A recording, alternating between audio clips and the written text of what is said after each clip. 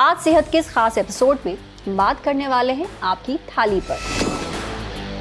क्योंकि जो हमारी थाली, इंडियन थाली होनी चाहिए, वो एक ऑर्केस्ट्रा की तरह होनी चाहिए जिसमें सारे इंस्ट्रूमेंट तो बज रहे हैं लेकिन बैलेंस में। और हमारी थाली में क्या है कि रोटी, चावल, आलू वो ढोल बजा रहे हैं और जो है प्रोटीन का कंटेंट वो केवल फ्लूट बजाता रहता है साइड में।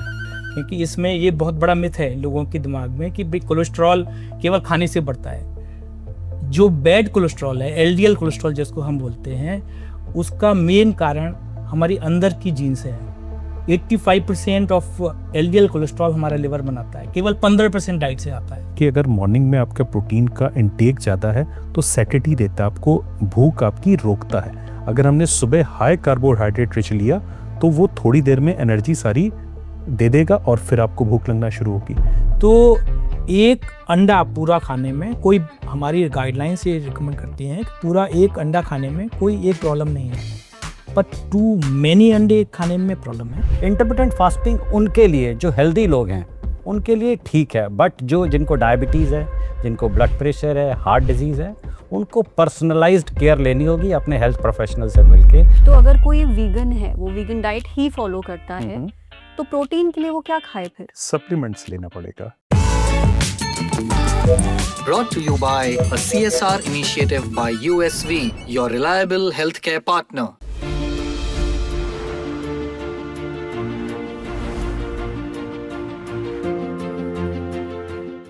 हार्ट अटैक, कार्डियक अरेस्ट, आजकल इनसे जुड़ी खबरें आपको सुनने में, पढ़ने में खूब मिलती हैं। बात जब भी दिल की बीमारी की होती है तो दिमाग में आती हैं कड़वी कड़वी दवाइयाँ, स्टेंट, सर्जरी।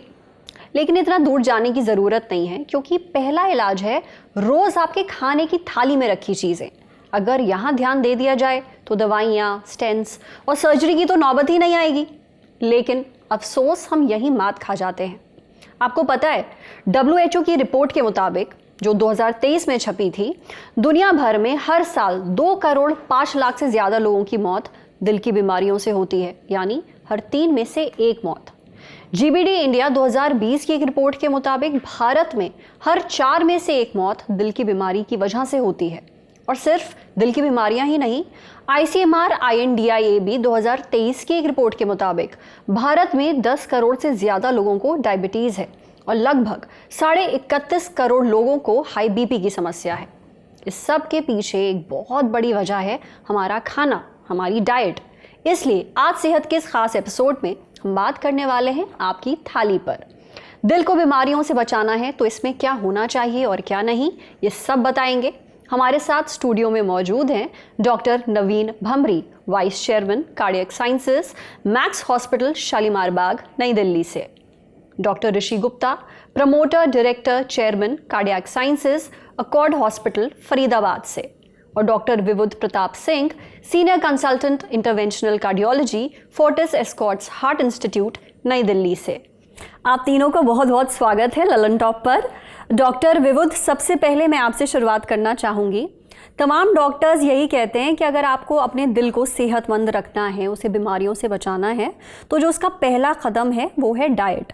आपको अपनी डाइट ठीक रखनी है। ये हमने सुना तो बहुत है। मैं आपसे ये जानना चाहती हूँ कि हम जो खाना खाते हैं उससे हमारे दिल की सेहत पर क्या असर पड़ता है?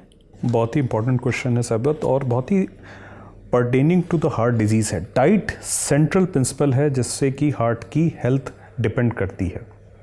डॉक्टर और दवाएं बाद में आती हैं। अगर आपकी डाइट गड़बड़ है तो निश्चिंत आप नेक्स्ट लेवल पे पहुंचेंगे। डाइट का कोर प्रिंसिपल है हमें सैचुरेटेड फैट्स को अवॉइड करना है, ऑयल का कंटेंट हमें लिमिटेड रखना है, डिफरेंट तरीके के ऑयल यूज़ करने हैं। हमारी इंडियन डाइट में घी का बहुत ज़्यादा रोल है, उसको कम मात्रा में रखना है, रीफ्राइड फूड से बचना है। ये अगर हम करते हैं हमारे बैड कोलेस्ट्रॉल अपने आप कम हो जाते हैं।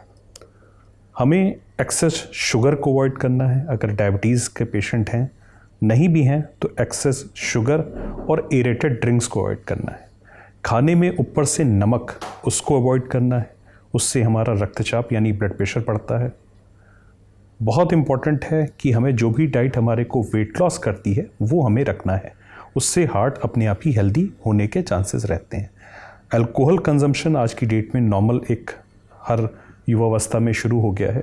हाई स्ट्रेसफुल लाइफ और अल्कोहल कंजम्पशन, अल्कोहल को लिमिटेड मात्रा में रखना है। अगर ये सारी चीज़ें हम करते हैं तो डेफिनेटली हार्ट भी हमारा उसी अनुपात में हेल्दी रहता है। So diet is the core principle जिससे हार्ट की हेल्थ डिपेंड करती है। जो हम खाते हैं हमारा हार्ट वही रिफ्लेक्ट करता है।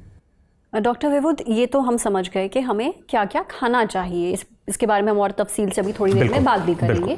मैं ये जानना चाहती हूँ कि अगर हम बहुत ज़्यादा फ्राइड खाना खा रहे हैं, आपने रीफ्राइड फूड बोला, आपने प्रोसेस्ड फूड के बारे में बताया, बहुत ज़्यादा तेल वाला खाना, बहुत चिकना खाना जब हम खाते हैं, फ्राइड खाना जैसे हम कहते हैं, उससे हमारे दिल के अंदर क्या होता है? क्या होता है, और मैं आपको अभी एक इंडियन स्टडी भी कोट करता हूँ। लगभग 12 kg पर ईयर का एवरेज ऑयल कंजम्पशन होता है। इंडियंस में पाया गया ये 14 से 15 किलोग्राम पर साल का रहता है। अगर हमने रीफ्राइड और एक्सेस ऑयल खाया तो वो हमारा सैचुरेटेड फैट बॉडी में पहुँचेगा और जो हमारा बैड कोलेस्ट्रॉल है उसी के थ्रू बन के आर्टरी के अंदर वो प्लाक के डिपॉजिट बनाएगा, आर्टरी के अंदर अवरोध बनाएगा वो कोलेस्ट्रॉल जो एक्सेस है, और उससे आपके हार्ट की जो ब्लड सप्लाई होती है उसको भी इफ़ेक्ट करता है। अगर ब्लड सप्लाई, अगर हार्ट एक जो इतना खुद इम्पॉर्टेंट ऑर्गन है, अगर उसकी ब्लड सप्लाई को देने वाली जो रक्तवाहिनियाँ हैं, जो आर्टरीज़ हैं, उसके अंदर वो एक्सेस प्लाक जाके एक्सेस फैट डिपॉजिट होगा तो प्लाक फॉर्मेशन होगा और हार्ट की ब्लड सप्लाई अवरुद्ध होगी। So that is the mechanism जहाँ से वो हमारा दिक्कत करता है, ब्लॉकेज बन जाता है आर्टरीज में। बिल्कुल। डॉक्टर नवीन, अब मैं आप पे आना चाहूँगी। आजकल एक शब्द हम बहुत सुन रहे हैं, इंडियन थाली पैराडॉक्स। सोशल मीडिया पर बहुत रील्स बन रही हैं, बहुत सारे पोस्ट हो रहे हैं और ऐसा कहा जा रहा है कि हम भारतीयों में जो दिल की बीमारियां बढ़ रही हैं इसके पीछे एक बहुत बड़ी वजह ये इंडियन थाली पैराडॉक्स भी है। तो ये इंडियन थाली पैराडॉक्स है क्या एग्जैक्टली? देखिए, इंडियन थाली पैराडॉक्स जो है ये एक न्यू कंसेप्ट है जो आजकल बहुत वायरल कंसेप्ट है।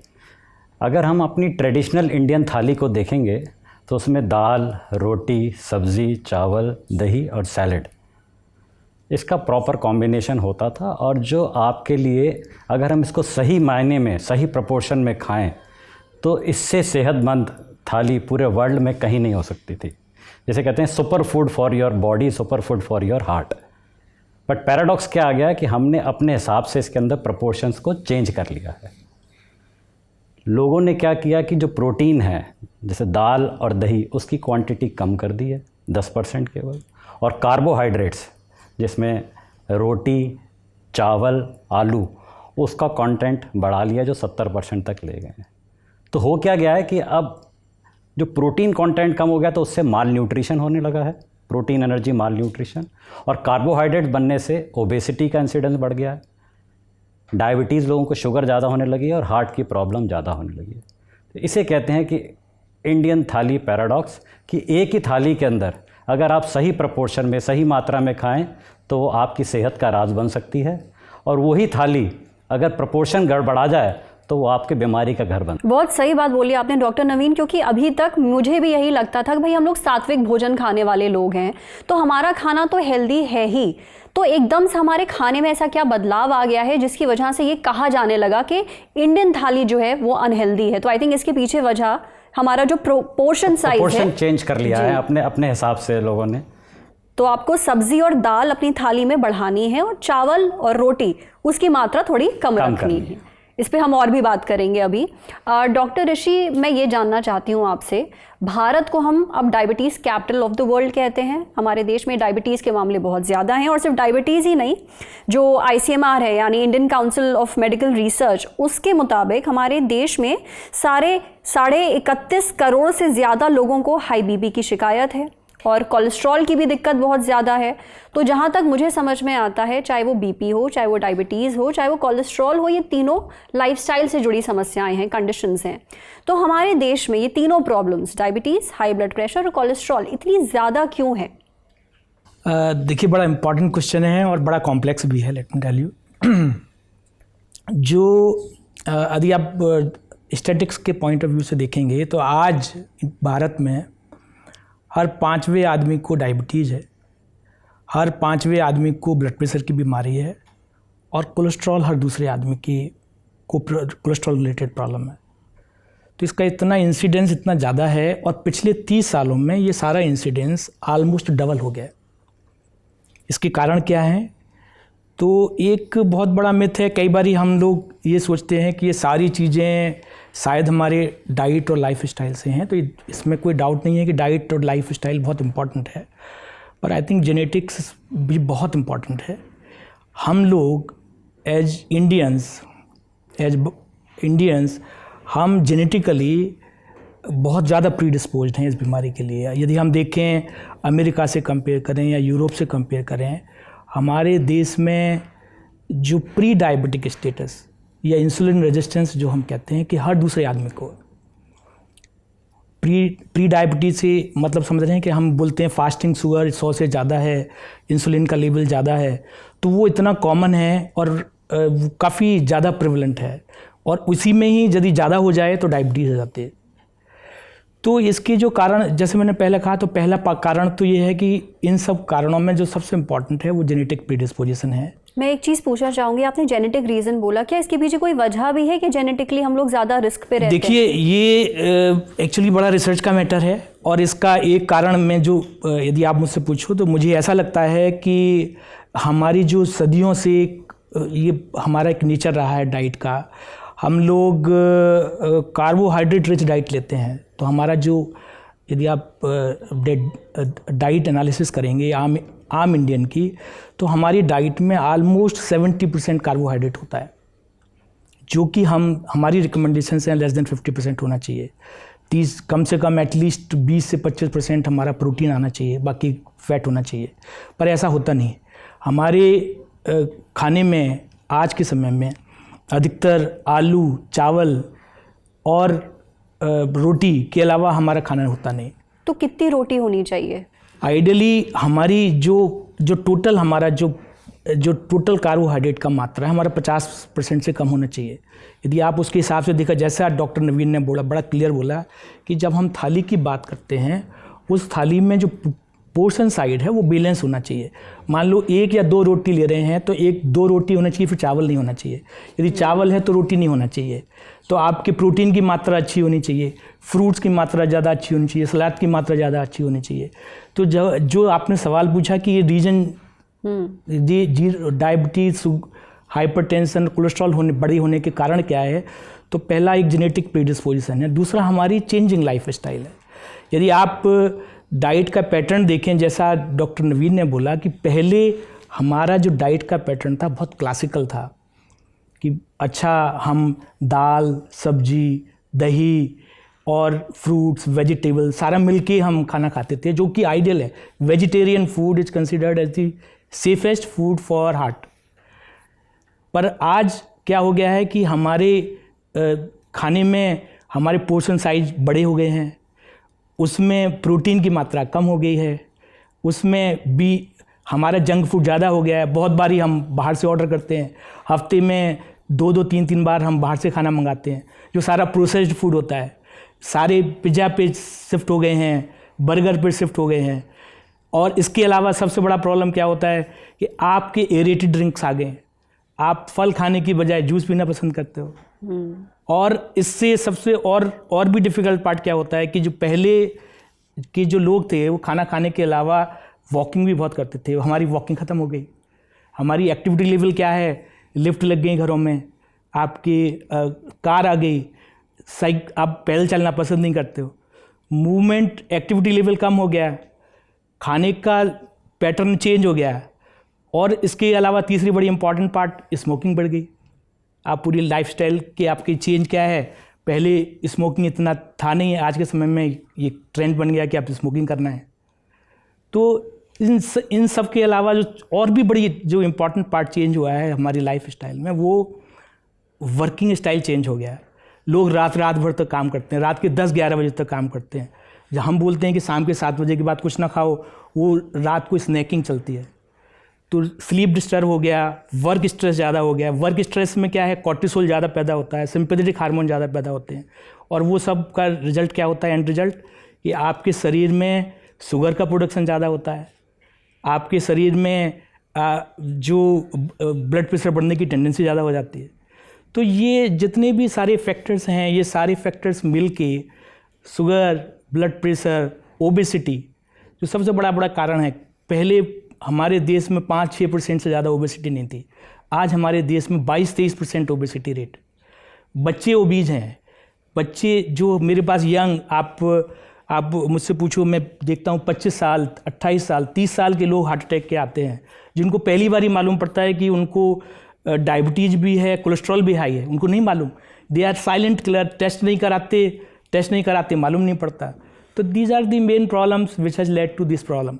As far as the cholesterol part is concern, I think इसके बारे में मैं ज़रूर एक चीज़ बड़ी क्लियर करना चाहूँगा, क्योंकि इसमें ये बहुत बड़ा मिथ है लोगों के दिमाग में कि भाई कोलेस्ट्रॉल केवल खाने से बढ़ता है। जो बैड कोलेस्ट्रॉल है, एलडीएल कोलेस्ट्रॉल जिसको हम बोलते हैं, उसका मेन कारण हमारी अंदर की जीन्स है। 85% ऑफ एलडीएल कोलेस्ट्रॉल हमारा लिवर बनाता है, केवल 15% डाइट से आता है। जो शुगर रिलेटेड और अपने लाइफस्टाइल रिलेटेड कोलेस्ट्रॉल एबनॉर्मलिटी है वो दूसरे तरीके की, उसमें हाई ट्राइग्लिसराइड, एचडीएल लो होता है। तो this is another problem which may cause heart disease. आप कोलेस्ट्रॉल की बात कर रहे हैं, मैं इसीलिए आपसे डॉक्टर साहब ये जानना चाहती हूँ कि कोलेस्ट्रॉल को हमेशा हम विलन ही समझते हैं ना, बैड कोलेस्ट्रॉल। अभी भी डॉक्टर साहब ने एग्जाम्पल बैड कोलेस्ट्रॉल का दिया, पर गुड कोलेस्ट्रॉल भी होता है। अव्वल तो अगर आप मुझे गुड कोलेस्ट्रॉल और बैड कोलेस्ट्रॉल के बीच का फ़र्क समझा दीजिए, और ये भी बताइए कि दोनों किन चीज़ों में पाए जाते हैं। देखो, सबसे इम्पोर्टेंट समझने का है, हर चीज़ मॉडरेशन में अच्छी होती है, जो चीज़ एक्सेस हो जाती है वही पॉइजन होती है। बैड कोलेस्ट्रॉल यानी एलडीएल यानी low density lipoprotein, good cholesterol यानी हाई डेंसिटी लाइपोप्रोटीन यानी एचडीएल। तो एक है एलडीएल और एक है एचडीएल। एलडीएल क्या करता है, बेसिकली आपका जो कोलेस्ट्रॉल होता है वो आपके लिवर से समझिए उसको जाके टिश्यू में डिपॉजिट कराने की मदद करता है। ये एक बॉडी की नॉर्मल प्रक्रिया है।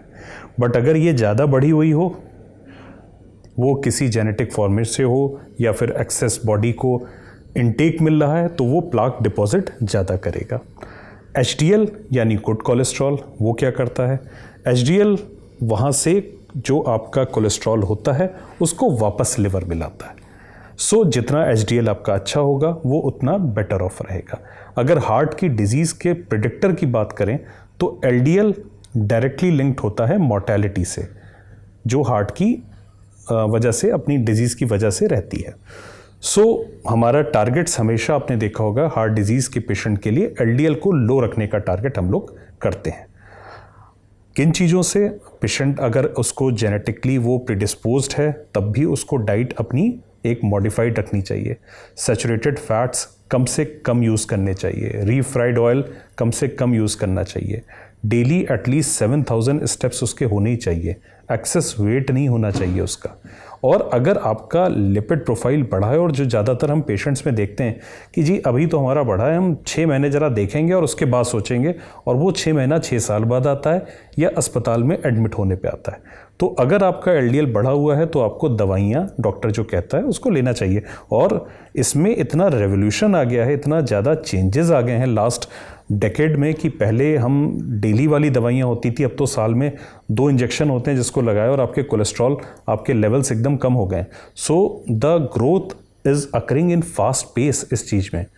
सो अगर आपका एलडीएल बढ़ा है, डॉक्टरी परामर्श लें, डाइट कंट्रोल पे ही ना डिपेंडेंट रहें। अगर वो दवा आपको कही जा रही है तो उसको लें। एंड अगर आप हार्ट पेशेंट हैं तो जो आपको बहुत इंपॉर्टेंट बात है, कई बार हम देखते हैं कि हार्ट पेशेंट की जी वो हमने रिपोर्टिंग कराई है, उसकी रिपोर्टिंग की नॉर्मल रेंज में ये वैल्यू है और हम तो एकदम एलडीएल सही है, वो आपके लिए एलडीएल नॉर्मल रेंज वाला नहीं होता है। आपका एलडीएल नॉर्मल हेल्दी पॉपुलेशन से भी बहुत कम होता है। कई स्थिति में 55 के नीचे, कई स्थिति में हम 35 के नीचे भी रखते हैं। इसलिए हमें दवाइयों का रेगुलर यूज़ करना चाहिए। और आप साथ में ये भी बता दीजिए कि गुड कोलेस्ट्रॉल खाने की किन चीज़ों में मिल जाएगा। गुड कोलेस्ट्रॉल आपके, जैसे हम लोग अपना जो हमारे ऑयल होते हैं, जो अच्छे आपके ऑयल रहते हैं जिसमें कि ओमेगा 3 कंटेंट ज़्यादा रहता है, जैसे cold pressed olive oil, mustard oil moderate amounts में, and any nut oil, groundnut peanuts, they are the source of good cholesterol also. और बैड कोलेस्ट्रॉल आपका जंक फूड्स, फ्राइड फूड और आपके coconut oil, excess consumption of the ghee, they can cause the bad cholesterol, अपने इसको increase कर सकते हैं। Doctor नवीन, हम लोग खाने पीने की इतनी बात कर रहे हैं, मैं अपने ऑडियंस के लिए एक बहुत ही बेसिक सवाल पूछना चाहती हूँ।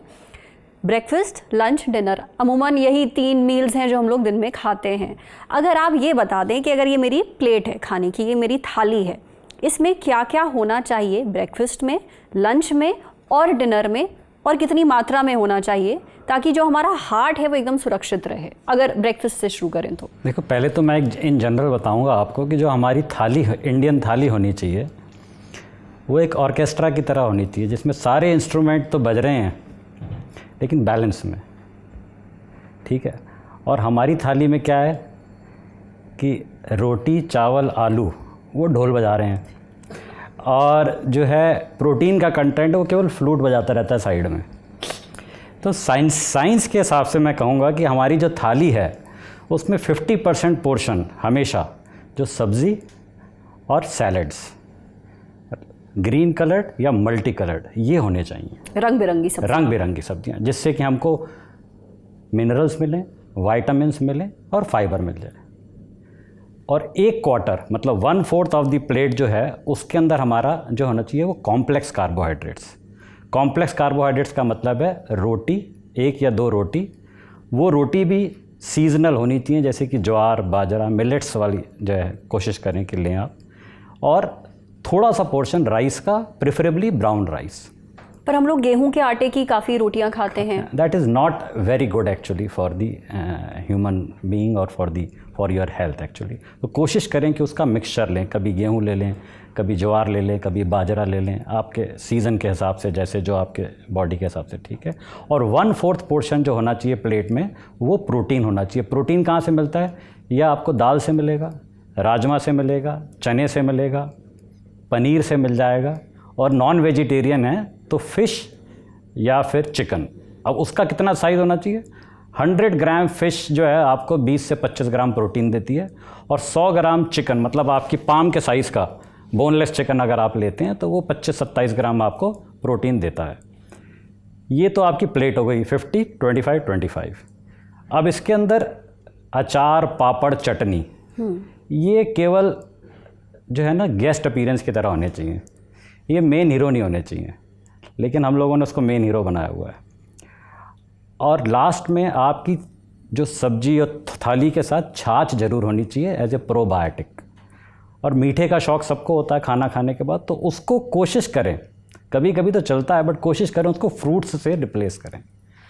तो ये आइडियल आपकी थाली होनी चाहिए, चाहे वो ब्रेकफास्ट की हो, चाहे वो लंच की हो, चाहे वो डिनर की हो। ब्रेकफास्ट पे थोड़ा सा ज़्यादा, लंच पे थोड़ा सा कम, और डिनर पे बिल्कुल कम। और कोशिश करें कि 7-8 बजे से पहले आप अपना डिनर लें। तो ये थाली का प्रोपोर्शन अगर आप मेंटेन रखेंगे तो अपनी हेल्थ को आप मेंटेन कर पाएंगे। आपकी जो थाली है वो आपका रिपोर्ट कार्ड है, वो थाली का प्रोपोर्शन सब ठीक है तो आपका रिपोर्ट कार्ड दिल का ठीक चलेगा।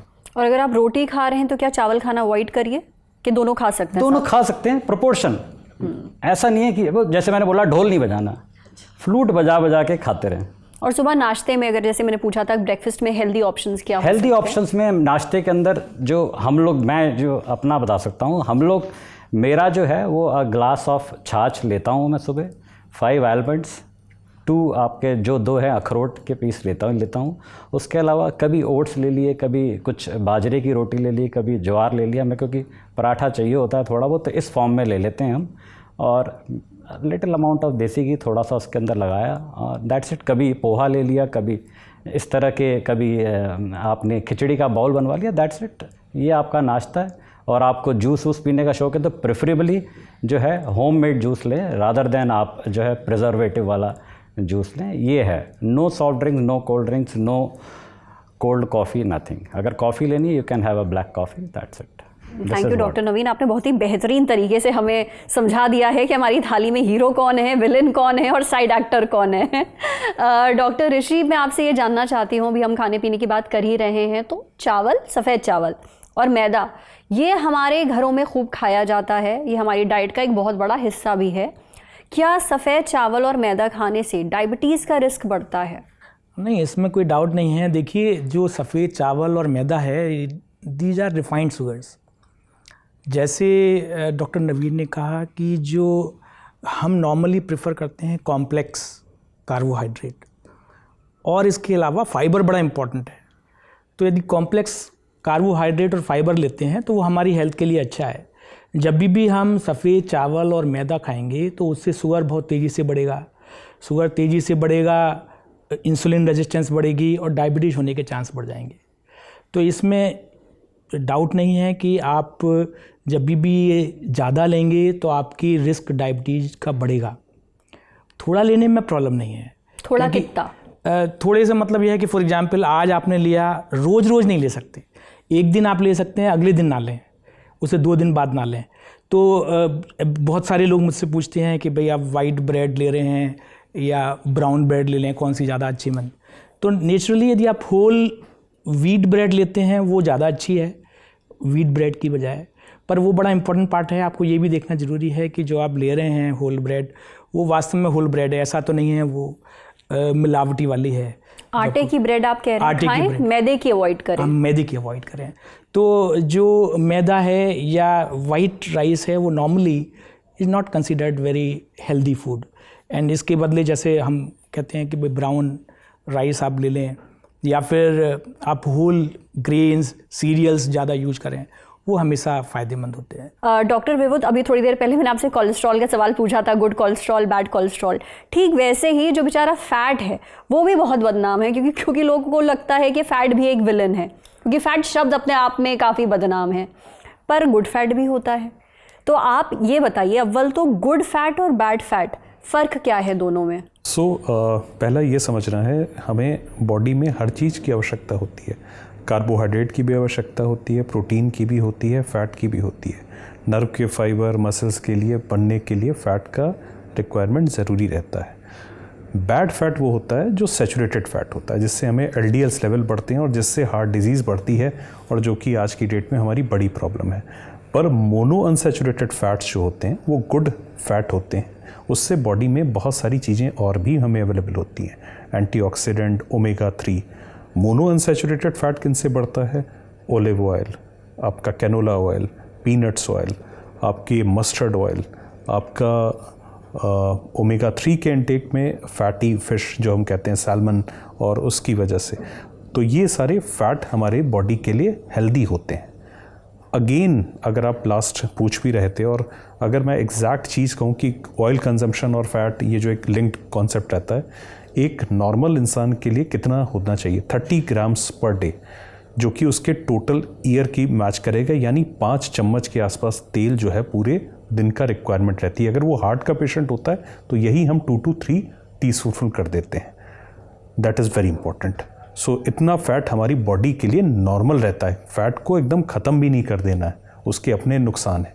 बट गड़बड़ fat, saturated fat, fried food, ये हमें अवॉइड करने हैं। और गुड फैट की ज़रूरत शरीर को किन चीज़ों के लिए होती है? बॉडी के हर डेवलपमेंट के लिए, जो चाहे एक मसल का फॉर्मेशन हो, चाहे नर्व्स का फॉर्मेशन हो, उसके लिए उसकी रिक्वायरमेंट रहती है। Again the key is moderation. Excess किसी भी चीज़ की खराब रहती है। और डॉक्टर साहब, आपने तेल बता दिए जो गुड फैट जिनमें पाया जाता है, आपने मछली का भी जिक्र किया। इसके अलावा और वेजिटेरियन ऑप्शंस क्या कुछ ऐसे हैं? वेजिटेरियन सोया प्रोटीन, आपका एक्सटर्नल फॉर्म में अगर आप प्रोटीन ले रहे हैं, ये बहुत अच्छा। प्रोटीन की इतनी इंपॉर्टेंट क्यों होती है सर? बात प्रोटीन क्या होता है ना, प्रोटीन अगर आपने मॉर्निंग, जैसे हमारे और बाहर के लोगों में फ़र्क क्या रहता है, प्रोटीन के खाने के अगर मॉर्निंग में आपका प्रोटीन का इंटेक ज़्यादा है तो सैटिटी देता है आपको, भूख आपकी रोकता है।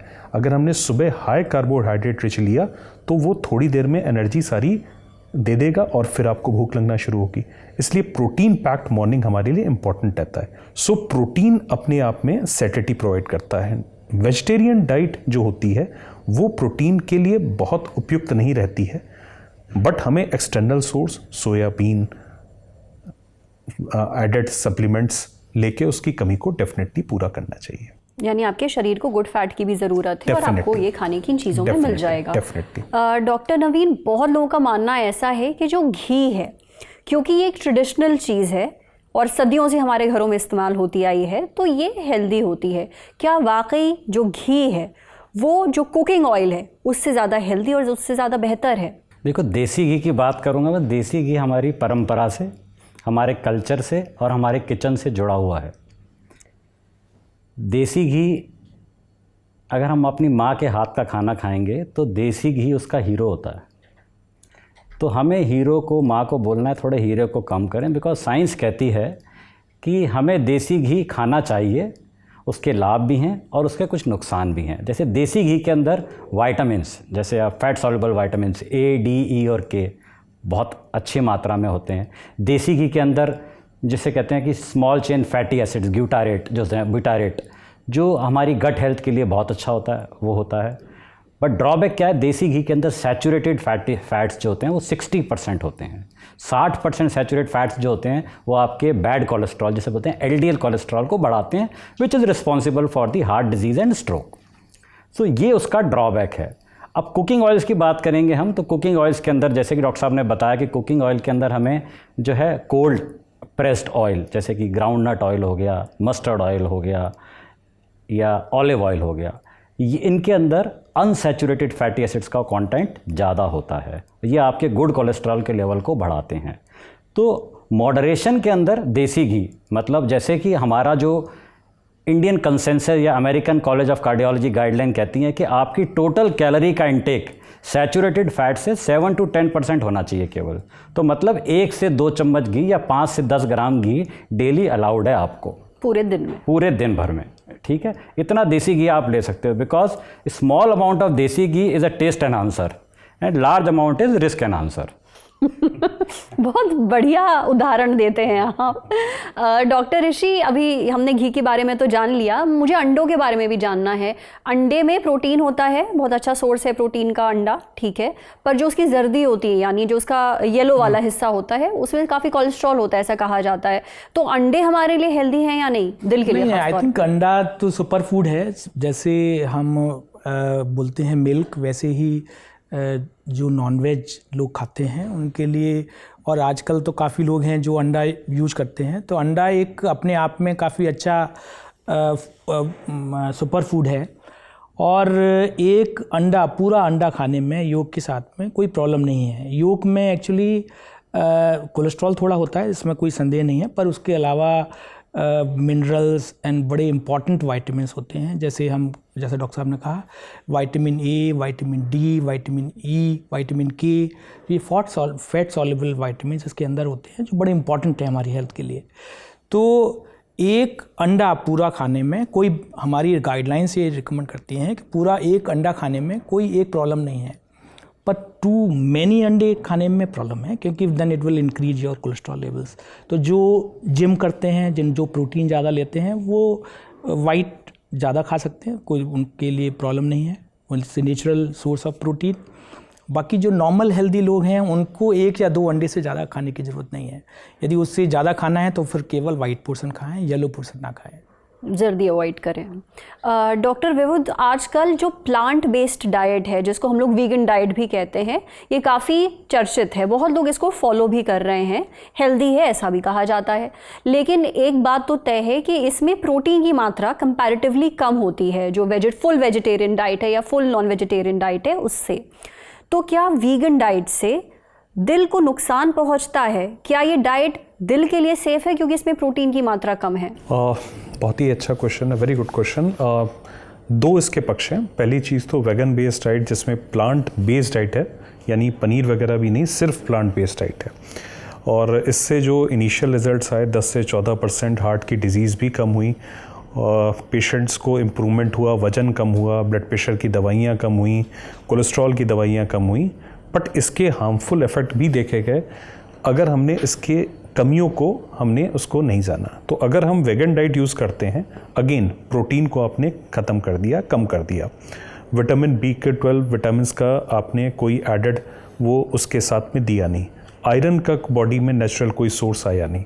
सो अगर ये सारी चीज़ें आपकी रहती हैं और आप टोटल प्लांट बेस्ड डाइट में जाते हैं, सो अगेन ये जो एक बेसिक मेडिसिन, चाहे वो एलोपैथिक हो चाहे आयुर्वेदिक, मॉडरेशन जो उसका होता है वहाँ से स्पेक्ट्रम हिलता है। जब आप एक्सेस उस पे जाते हैं और इन चीज़ों को बैलेंस आउट नहीं करते, चाहे किसी आर्टिफिशियल सब्स्टिट्यूट से, चाहे आप विटामिन B12 के सप्लीमेंट से, सो आपके हार्ट को नुकसान के चांसेस वगैरह भी बढ़ने लगते हैं। सो ये एक साइंटिफिकली प्रूवन फैक्ट है। Again moral of the story is moderation, किसी भी चीज़ पे एक्सेस मत चले जाएं। ये कोई गोल्ड स्टैंडर्ड नहीं है। यस, इसके बेनिफिट हैं, बट इसके साथ आपको कुछ सारी चीज़ें करनी हैं। तो अगर कोई वीगन है, वो वीगन डाइट ही फॉलो करता है, तो प्रोटीन के लिए वो क्या खाए फिर? सप्लीमेंट्स लेना पड़ेगा, वेजिटेरियन सप्लीमेंट्स ही has to take it. Vitamin B12 अगर उसकी बॉडी में कम है तो डेफिनेटली सप्लीमेंट लेना पड़ेगा। आयरन उसको लेना पड़ेगा। सोयाबीन अपने कुछ ना कुछ उसको उस चीज़ को एडिशन करना ही है, वरना वो आपके लिए हार्मफुल हो जाएगी। और सिर्फ प्लांट बेस्ड जो फूड है उससे आपको प्रोटीन नहीं मिलेगा, आपको सप्लीमेंट का सहारा लेना। सोयाबीन वगैरह से कर सकते, बट पूरा हमें उससे नहीं आ पाएगा। डॉक्टर नवीन, आजकल जैसे वीगन डाइट बहुत पॉपुलर है, वैसे इंटरमिटेंट फास्टिंग भी बहुत पॉपुलर है। लोग ये करके वज़न बहुत जल्दी घटा रहे हैं और सोशल मीडिया पर भी इसके बारे में काफ़ी बात होती है। पर काफ़ी सारी स्टडीज़ आजकल ये आ रही हैं जो कहती हैं कि इंटरमिटेंट फास्टिंग से दिल को नुकसान पहुंचता है। तो अव्वल तो क्या ये बात सच है, और अगर हाँ ऐसा है तो इंटरमिटेंट फास्टिंग करने का सही तरीका क्या है? इंटरमिटेंट फास्टिंग एक बहुत ट्रेंड में है आजकल। जैसे कहते हैं हर आदमी इंटरमिटेंट फास्टिंग की, कीटो डाइट की, इस तरह की बातें करता है। बहुत सारी स्टडीज़ ने बताया है कि इंटरमिटेंट फास्टिंग करने से आपका वेट कम होता है, आपका शुगर लेवल भी कम होता है और आपका कोलेस्ट्रॉल भी कम होता है। But again moderation intermittent fasting के अंदर मैं बोलूँगा कि 16:8 का प्रिंसिपल होना चाहिए। 16 घंटे की फास्टिंग और 8 घंटे का जो है आपका वो जो टाइम है उसमें मील से ले सकते हैं। ये बेस्ट रेशो है। जो 16 आवर का फास्टिंग पीरियड है उसके अंदर you can have plain water. आपको चाय का शौक़ है तो बिना चीनी की चाय ले सकते हैं, कॉफ़ी बिना चीनी की ले सकते हैं। और जो 8 आवर्स का इंटरवल है खाने का है उसमें मील लेनी है, लेकिन 1 से 2 मील मॉडरेशन के अंदर। इसको आप 18:6 भी कर सकते हैं। बट लोग क्या करते हैं कि 20:4, 22:2, तो उसमें क्या होता है कि आप सडनली एक टाइम में हैवी मील लेते हो। हैवी मील लेते हो सडनली आपका बीपी सर्च करता है, शुगर सर्च करती है, कोलेस्ट्रॉल सर्च करता है और दिल की धड़कन इरेगुलर होने का रिस्क रहता है। तो इसलिए ये जो है वहाँ पे ये डेंजरस हो जाती है। इसका प्रिंसिपल क्या है? जब आप फास्टिंग का पीरियड 16 घंटे का रखते हैं तो उसमें आपकी बॉडी में इंसुलिन का लेवल ड्रॉप करता है। जब इंसुलिन लेवल ड्रॉप करता है तो आपकी बॉडी फैट को एनर्जी की तरह यूज़ करने लगती है। आपका जो इंटरनल फैट है तो एक प्रोसेस होता है जिसे बोलते हैं ऑटोफैजी, वो स्टार्ट हो जाता है, जिसके अंदर जो है वो डैमेज्ड सेल्स हैं जो आपकी बॉडी के अंदर या हार्ट के, उनको वो हीलिंग टाइम मिलता है, उनको रिपेयर करने का टाइम मिलता है। तो that is a very good part of intermittent fasting. इसलिए intermittent fasting is good for your heart. But अगर आपने 20:4 का प्रिंसिपल या 22:2 का प्रिंसिपल लिया, that is dangerous for your heart. Intermittent fasting उनके लिए जो हेल्दी लोग हैं उनके लिए ठीक है, बट जिनको डायबिटीज़ है, जिनको ब्लड प्रेशर है, हार्ट डिजीज़ है, उनको पर्सनलाइज्ड केयर लेनी होगी अपने हेल्थ प्रोफेशनल से मिलके। It is not meant for everyone, it is not actually for everyone कि इंटरमिटेंट फास्टिंग लो। ये तो आपका जैसे कहते हैं ना कि एक रिचार्ज कूपन है, इसका एक रिचार्ज कूपन है, इसको वाइसली यूज़ करना है, ठीक है, ओवर यूज़ नहीं करना। सही बात बोली आपने, मतलब सबके लिए नहीं है। हाँ, हेल्दी लोग कर सकते हैं, बस उनको घंटों का ध्यान रखना है। फास्टिंग घंटे वाइसली यूज़ करें उसको, भैया इतने घंटे खाना है, इतने घंटे नहीं खाना। ज़्यादा जहाँ पे आपने एक्सेस कर दिया तो वो आपके लिए ट्रबलसम बन जाएगा। थैंक यू डॉक्टर नवीन। आखिरी सवाल है डॉक्टर ऋषि मेरा आपसे, हमें अगर अपने दिल को हेल्दी रखना है, सेहतमंद रखना है, आज से शुरुआत करनी है, 5 प्रैक्टिकल टिप्स आप हमें और हमारे ऑडियंस को क्या देंगे जो करना आसान हो? इसीलिए मैंने प्रैक्टिकल शब्द का इस्तेमाल किया। देखिए, आई थिंक सबसे पहले तो मैं फोकस करूँगा डाइट पे। तो डाइट में जैसा आई थिंक हम सब लोगों ने बात किया अभी, तो जो अपने पोर्शन साइज हैं वो छोटे रखें, ये बहुत इम्पॉर्टेंट है। दूसरा, जो डाइट का जो पैटर्न है, कार्बोहाइड्रेट का इंटेक 50% रखना है, फैट का इंटेक लेस देन 30% रखना है, प्रोटीन का इंटेक 20-25% तक रखना है। तो ये इस तरीके से बैलेंस करना ज़रूरी है। इसके अलावा हार्ट हेल्दी फूड जिसको हम बोलते हैं, हार्ट हेल्दी फूड बहुत ज़रूरी है। और वो हार्ट हेल्दी फूड क्या है? आपकी डाइट में डेली ड्राई फ्रूट्स होने चाहिए, डेली आपकी कम से कम 3 फ्रूट्स होने चाहिए डाइट में, सीड्स होने चाहिए, बेरीज होने चाहिए, आपके डाइट में फाइबर होना चाहिए। ये इम्पॉर्टेंट पार्ट है, क्योंकि these are the important substance which are very important for preventing heart disease and preventing cancer as well. पर डॉक्टर साहब, इसी में एक चीज़ मैं ये कहना चाहूँगी, आपने जो चीज़ें अभी गिनवाई हैं, प्रैक्टिकली कैसे पॉसिबल होगा ये सब खा पाना एक दिन में, कि सीड्स भी खा लें, फ्रूट भी खा लें? कोई बहुत ज़्यादा नहीं लेना है। डॉक्टर नवीन ने बोला थोड़ा थोड़ा आपने जो नॉर्मल डाइट ले रहे हैं, जब वो डाइट का सही कॉम्बिनेशन लेते हैं वो ऑटोमेटिकली आता है। फाइबर आपका ऑटोमेटिकली आता है यदि आप होल ग्रेन्स मील्स ले रहे हैं, सीरियल्स ले रहे हैं, मिलेट ले रहे हैं, तो आपका फाइबर कंप्लीट हो जाता है। ड्राई फ्रूट्स आपको अलग से लेना पड़ेगा, जिसमें कोई डाउट नहीं है। आप हमेशा मॉर्निंग में ड्राई फ्रूट्स लें, फ्रूट्स अपने पास रखें हमेशा।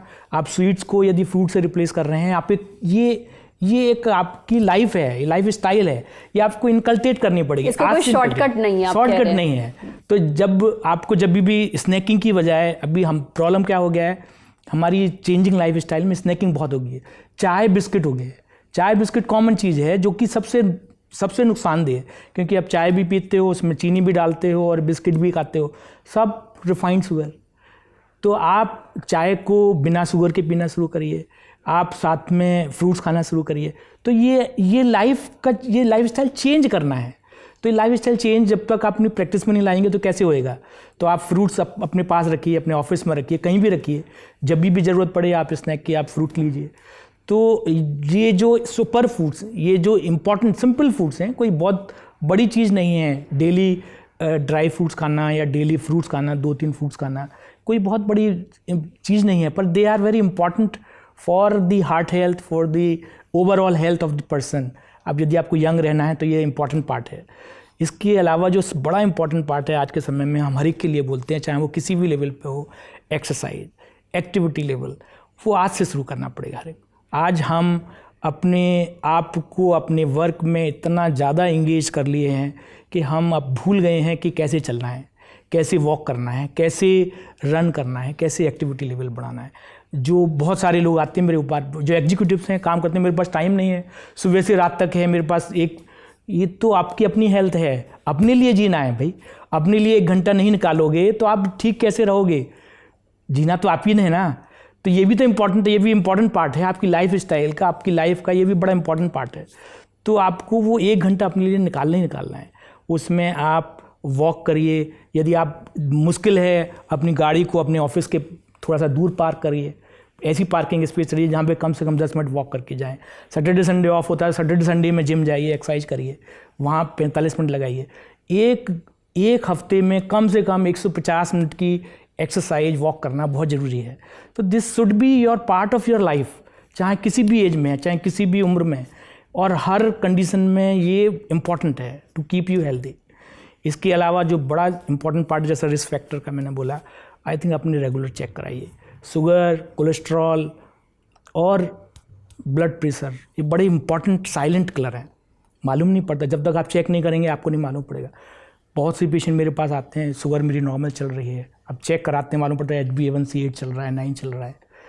तो हमें मालूम है कि स्टैंडर्ड उसका HbA1c 6.57 पे रखना है। हमें मालूम है BP 120/80 है। आप कोई दुनिया में आज साइंस नहीं है जो ये बताए कि मुझे अच्छा शुगर फील हो रहा है तो शुगर नहीं है मुझे। बिना चेक करे आपको नहीं मालूम पड़ेगा। ब्लड प्रेशर बिना चेक करे नहीं मालूम पड़ेगा। कोलेस्ट्रॉल बिना चेक किए नहीं मालूम पड़ेगा। तो चेकअप बहुत ज़रूरी है। और जो सबसे इम्पॉर्टेंट 5वीं जो बात है, यदि आपकी बैड हैबिट्स हैं, स्मोकिंग कंट्रोल करिए, वेट कंट्रोल करिए। आज हम जानते हैं वेट बड़ा इंपॉर्टेंट रिस्क फैक्टर्स है। अपना स्ट्रेस लेवल कम करिए, अपने आप को फ्री रिलैक्स करिए, टाइम से सोइए, टाइम से उठिए। तो this is the part of your life. Once you change this life, your life will be very comfortable. Thank you so much doctor Rishi, thank you doctor Naveen and thank you doctor Vibudh. आप लोगों ने जो tips बताई हैं, मैं तो ये कहती हूँ अगर 20% भी इन सारी टिप्स का इंसान फॉलो कर ले, रोज़ कर पाना शायद थोड़ा मुश्किल हो, पर कोशिश करे, क्योंकि there is no shortcut to success, वैसे ही there is no shortcut to health. तो अगर रोज़ ये टिप्स आपने जो दी हैं वो फॉलो करे इंसान, तो जो हमारा दिल है वो हेल्दी रहेगा, सुरक्षित रहेगा, हम दिल की बीमारियों से बच पाएंगे। और हमारा जो खाना है, अव्वल उसका पोर्शन साइज हमें कंट्रोल करना है, और खाने में कार्ब्स थोड़े कम, प्रोटीन ज़्यादा रखना है, फल खाने हैं, ड्राई फ्रूट्स खाने हैं, आई होप हमारा जो ऑडियंस है उसने ये सारी बातें नोट डाउन कर ली हो। अगर आप इन्हें फॉलो करेंगे आप एकदम हेल्दी रहेंगे, आपका जो दिल है वो एकदम सेहतमंद रहेगा। शुक्रिया हमारे स्टूडियो आने के लिए, हमें वक्त देने के लिए और इतनी काम की जानकारी देने के लिए। आप तीनों को धन्यवाद। Thank you. नमस्कार।